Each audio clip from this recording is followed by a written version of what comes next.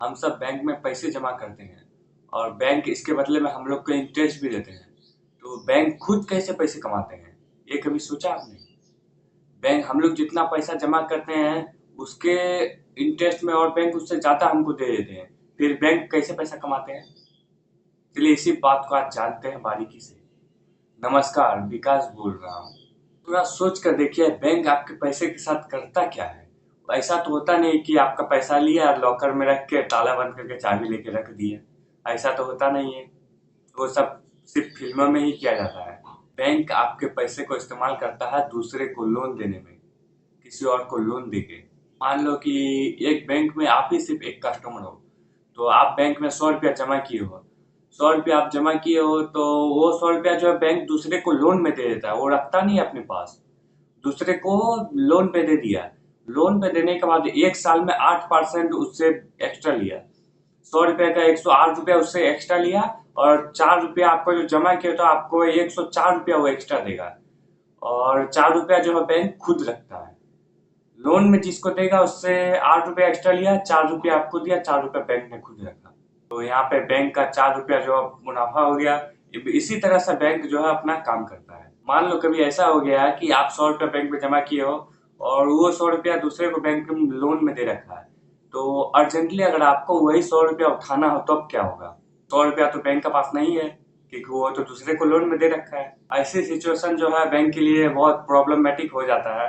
और बैंक में कभी एक डिपॉजिटर और एक लोन लेने वाला तो होता नहीं है। ऐसे कई लोग हैं जो बैंक में लोन लेते हैं और डिपॉजिट करते हैं। ज्यादातर बैंक जो है वो पैसे अपने पास रखता नहीं है, लेता है और लोन पे किसी को दे देता है। डिपॉजिट में लेगा और लोन में किसी को दे देता है, अपने पास लॉकर में रखता नहीं है। इसीलिए आरबीआई ने एक रूल रखा है, जितना पैसा डिपॉजिट करेगा कोई भी लोग, उसमें से 4% जो है वो बैंक में रख के बाकी का इन्वेस्ट करेगा कहीं पे।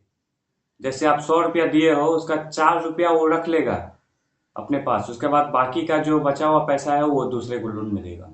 इसी को कहता है कैश रिजर्व रेशो। आरबीआई जो है इन सारे बैंकों का बॉस होता है, तो आरबीआई डिसाइड करता है कि बैंक रेशियो कितना होना चाहिए, कितना रखना चाहिए। कुछ दिन पहले 3.5 रिजर्व रेशो था, अभी बढ़ के 4% का रिजर्व रेशो हो गया है। अब आप लोग के मन में एक और सवाल आ रहा होगा कि हम लोग जो पैसा डिपॉजिट करते हैं वो तो बैंक दूसरे को लोन में दे देता है 70 से 80%। तो बैंक के पास तो कुछ रहता नहीं है। तो बैंक के सारे कस्टमर जब एक साथ उन पैसों को उठाने जाएं तब क्या होगा? ये बैंक रन कहा जाता है। ये दुनिया में किसी भी बैंक के साथ ऐसा पॉसिबल नहीं है। इसीलिए आरबीआई के द्वारा एक लिमिट लगा दिया जाता है कि आप महीने में 50,000 या 1 लाख, इससे ज़्यादा विड्रॉल नहीं कर सकते। तो ऐसे काम करता है बैंकिंग का बिजनेस इंडिया में। अगर आप भी अपना बिजनेस स्टार्ट करना चाहते हैं, अपना प्राइवेट बैंक खोलना चाहते हैं, खोल सकते हैं। सबको अलाउड है बैंक खोलना, क्योंकि एक प्राइवेट बैंक खोलना है भी एक बिजनेस ही है। सबको अलाउड है बिजनेस करना। बैंक के बिजनेस के बारे में तो आपको पता चल गया है। तो आपको बस पैसा चाहिए 500 करोड़ मिनिमम, तो आपको इतना पैसा चाहिए बैंक खोलने के लिए। और आरबीआई से जाके आपको परमिशन लेना होगा बैंक खोलने के लिए। फिर आरबीआई जो है सब बैंक का बॉस होता है। फिर मिलते हैं अगले वीडियो में। धन्यवाद।